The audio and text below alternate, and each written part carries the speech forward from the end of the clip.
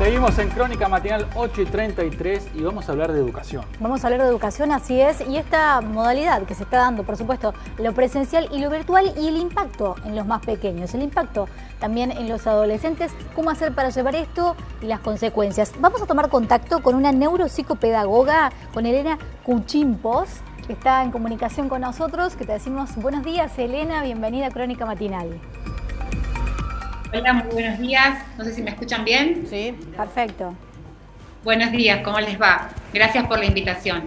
Sí, estamos transitando una nueva normalidad educativa, como estamos acostumbrados a escuchar esto de la nueva normalidad, y una de las grandes dificultades es que la educación virtual no nace ni fue pensada para la educación primaria y mucho menos para la educación inicial. Y esto porque tiene dos grandes variables que no van de la mano de la virtualidad. Una, que los niños pequeños necesitan de la asistencia de un adulto, en este caso para el uso de las herramientas tecnológicas, y el otro, que somos sujetos sociales que necesitamos de aprender con el otro. En la primera infancia, el aprendizaje, sobre todo cuando son muy pequeños y todavía están en casa, el aprendizaje es por imitación. Aprendemos a caminar, aprendemos a hablar por imitación. Entonces, desde la soledad de la casa, por más que tengan una contención familiar propia o apropiada para que los aprendizajes sean favorables, difícilmente esto se logre de la misma manera que se logra en el colegio. Eso en cuanto al nivel inicial y al nivel primario. En cuanto al nivel secundario, si bien los chicos del nivel secundario tienen autonomía en el manejo de las herramientas tecnológicas y por ende pueden sobrellevar esta modalidad de mejor manera, lo que sucede son con los entornos familiares, los entornos propios de cada uno, no son quizás los mejores entornos del aprendizaje. ¿Y qué hablamos con esto? La escuela por sí tiene un entorno amigable para la educación, está pensado para eso. Uno cuando se sienta en un aula, o cualquiera de ustedes cuando va a tomar algún curso, alguna capacitación, el entorno está pensado para eso. Hay un docente, hay una distribución en el aula pensada para el aprendizaje. Entonces nuestro cerebro se prepara para un entorno de aprendizaje. Nuestra casa no es eso, nuestra casa es o el living o la cocina o nuestro cuarto.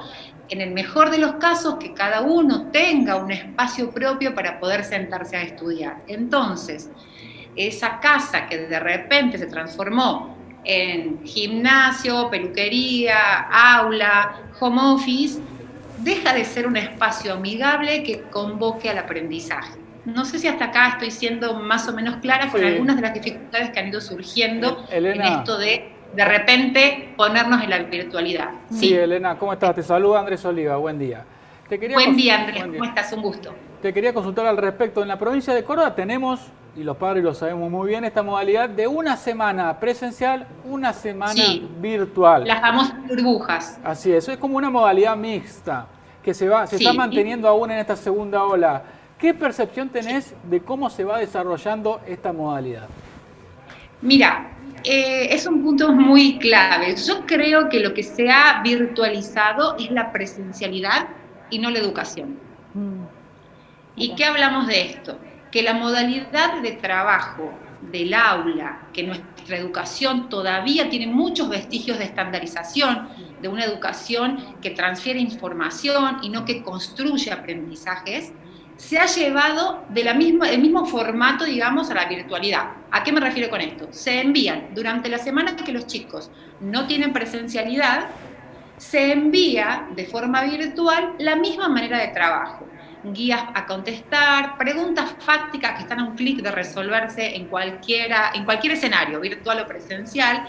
Entonces, si nos pusiéramos a evaluar cuánto perjuicio hay si se pierden o no una clase presencial, realmente no hay mucho perjuicio de esto en cuanto a construcción verdadera de aprendizajes. Yo cuando hablo de construcción de aprendizajes el aula debería transformarse en un aula de debate.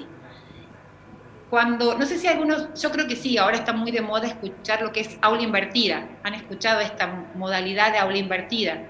No, ¿a qué te referís? El aula invertida surge allá por la década del 80 en Estados Unidos con un grupo de docentes que trabajaba en un espacio, en una ciudad alejada, digamos, de la urbe. Entonces, había un grupo importante de estudiantes que faltaban mucho a sus clases. Unos profesores, preocupados y ocupados por este tema, empiezan a pensar de qué manera podían convocar a estos estudiantes y que no se perdieran tanto de sus clases. Entonces, anticipaban a estos estudiantes, que ellos ya sabían que eran más o menos los mismos, que tenían muchas inasistencias, sus clases. Previamente les enviaban videos elaborados por los profesores con algunos conceptos claves que iban a tratar después en clase. Okay. Lo que vieron es que cuando estos alumnos estaban en clase, su participación era mucho más activa porque ya conocían de la temática, pero podían hacer cuestionarios y preguntas mucho más importantes e interesantes y ponían en conflicto al resto de los estudiantes que no tenían tanta información previa. Entonces, esta modalidad, dijeron, wow, no solamente sirve para aquellos que no están viniendo, sino sirven para todos. Entonces, empezaron a trabajar de esta manera. Aula invertida sería enviar a casa, cuando los chicos están de forma virtual, contenidos de tal manera que provoquen en ellos incertidumbre, que provoquen en ellos curiosidad, porque el motor del aprendizaje es la curiosidad. Totalmente. Si no provoco a mis alumnos curiosidad, no voy a provocar aprendizaje. Lo que voy a hacer es que repitan información. Si yo te pregunto a vos la fecha de una batalla, o cómo funciona alguna parte de una célula, está a un clic de una información.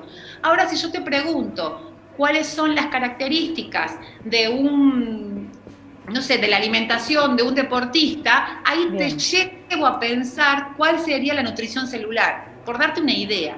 Esto no está pasando en las aulas. Lo que está pasando hoy en día es, hemos virtualizado la presencialidad.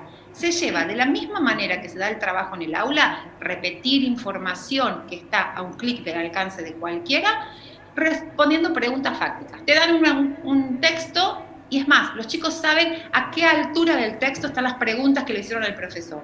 Claro, no hay sorpresa. Debería tratar ¿no? de generar justamente esa curiosidad en los alumnos para que esto sea un proceso de descubrir conocimientos, ¿no? Bueno, licenciada, te mandamos un beso grande y te agradecemos el análisis fantástico que has hecho de la educación en pandemia, todo un desafío para los docentes y también para los padres. Muchas gracias. Y sobre todo para los papás, exactamente. Sí. Muchas gracias por esta comunicación. Gracias a ustedes por el tiempo. Muchas gracias.